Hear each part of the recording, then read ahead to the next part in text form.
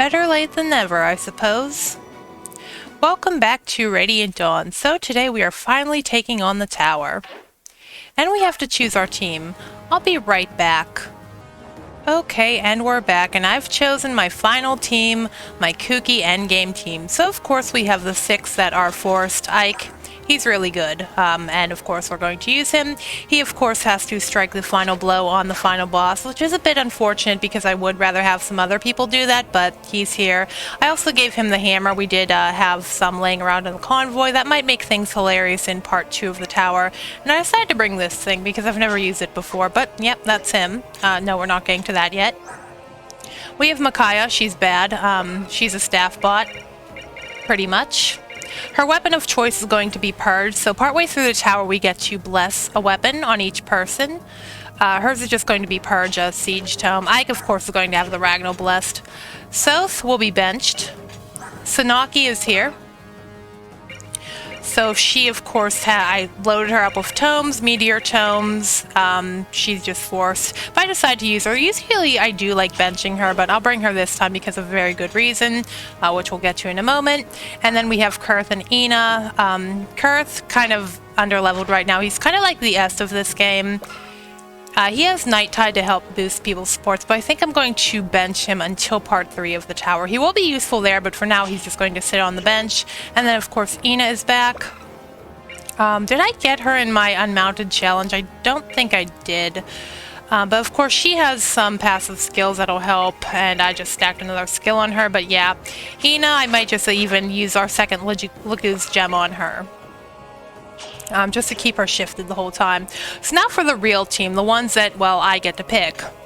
So first, of course, is Edward, my favorite unit in this game. There's no way I'm never going to train him. I always bring Edward. For now, he's going to use the Ike Killer. I crafted this in the beginning of part 4, but forgot about it. But yeah, if you watched 313, you'll know why this sword is a thing. And then I just stacked him with some other swords. Tempest Blade for range, his signature sword. This for maybe criticals. He doesn't really need too much because we're going to give him a very good sword after the tower part 2. For skills, I just put Resolve on him. It might be fun if he gets to low health, but I'm kind of bad at skill management, so I just slapped a bunch of random skills on people. And of course, the number one reason why I brought Edward was to ship him with Sanaki.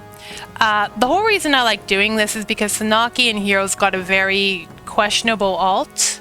It ticked a lot of people off, but I think it's a little bit better if you just imagine her with someone more age appropriate.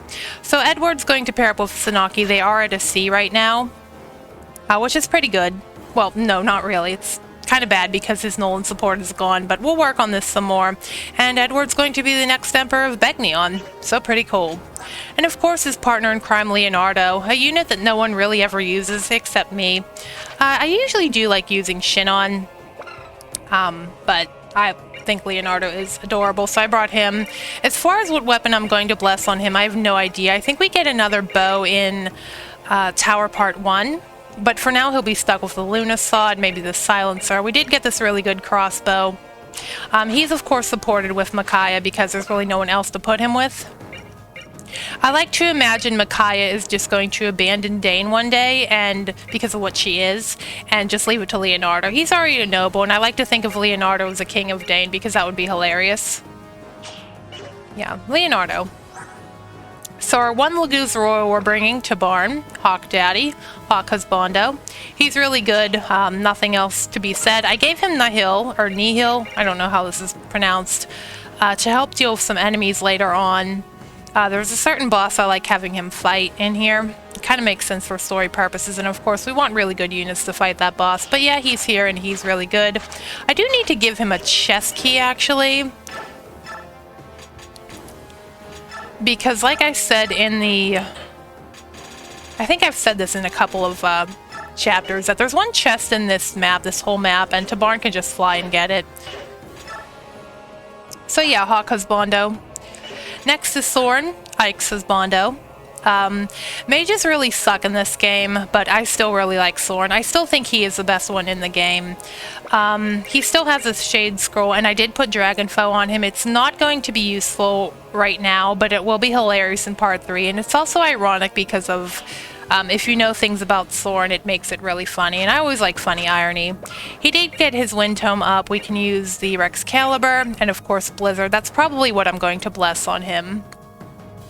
I like to do that for the long-range tomes so the mages don't have to get in the way. Same thing with Sanaki. She'll probably get the Meteor Bless, so these guys can just stay back and heal.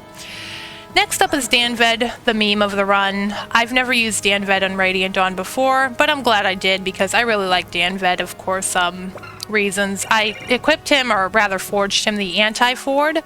I'm sure many people in the community would understand this joke on Danved. As far as what weapon he's going to get blessed, it might be this, because we do get the SS rank spear in Tower Part 2. There's only one, like, really, really good spear. I might give it to Jeffrey, but who knows, I might have to think about that for a bit. And of course his support partner, Titania, because it makes sense to put Danved with the Jagan, it just does. The Kickaxe is about to break, but I did give her the Irvin, because it makes sense to have the true goddess of this game kill things with the axe of her dead husband. I mean, that just sounds really cool. I kind of wish Titania or someone else can...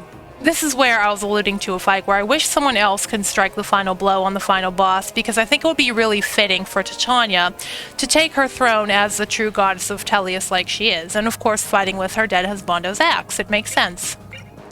But we'll just have to headcanon it because, yeah, Ike will have to do that, so she's pretty good, as usual. Glad I got to use her because we did have to bench her in the unmounted challenge. Speaking of mounted, we have Valencia here. She's mainly our staff bot because she has higher staff rank than Micaiah. She is actually able to use Fortify, whereas Micaiah cannot. And I put all these other cool stabs. Can't see because of the thing. But I did put all the other cool stabs on her. She really only wants the Amidi. That's what we're going to get blessed for her. Like in the last chapter I mentioned, I did remove Mercy from her. I put Vantage on her. I really didn't know what else to do. And Savior, in case anything gets kind of sticky with Micaiah in danger, she can just pick her up without any penalty. So yeah, Valencia, and of course her support partner Jeffrey, the ship that everyone hates, that I like, because I tend to like the opposite things from the community. But yeah, Jeffrey got a lot of hate before, but I think it's kind of like not a thing too much anymore, because more people are accepting of Ike and Soren, and of course I forged him a lance. This is a javelin, best ship. But he might just get the Wishblade. I really don't know between him and Danved. I'm still debating it. And I did remember I put a bow on him this time, just to help out Leonardo. Or I might actually have the Brave Lance the Brave Lance get blessed. Who knows? I don't think there's any horses in this chapter either. Why does he have that Horse Slayer? Zehark, our second True Blade. I like Zehark a lot. I did mention that I really like his character because during part 3 he's kind of torn between fighting for his home country Dane and of course his friends Ike and the Grail Mercenaries. So he's an interesting dynamic if you do manage to do a full playthrough and unlock those conversations. You can of course get them with Leth, or a supported Ileana I believe can pull him to Ike's side. But I didn't need to do that, or I didn't want to do that because I prefer he stay on the Dawn Brigade. He has the Vegkhadi, that's going to be his blessed weapon. Since Edward is getting the other sword, you probably know what that is. I gave this one to Zehark. And of course he just has some ranged weapons, typical stuff that I give Edward. So Zehark, pretty cool character. He looks like future Trunks from Dragon Ball Z, and he is an Earth support. Speaking of support, our last unit we're bringing is none other than the lovely Meg. For some reason I did not stack as many swords on her. I might want to put some vulneraries on these people too, just in case. I forged her the best waifu because of course Edward and Zehark are getting the good swords. She will be using this one instead. It is a silver sword. I think that's what it was when I forged it. Best waifu, because that's what she is, and I think I made it pink too. We'll have to see, and I have to remember to turn on the animations again. Yeah, I might just go through and give them some more healing items. Finally on our team, it doesn't show yet. Oh yeah, by the way, I did mention this in the last episode. I did restart 4-4 to save neither Raphael Janoff, and in turn saved Oliver, but he's not going to join us.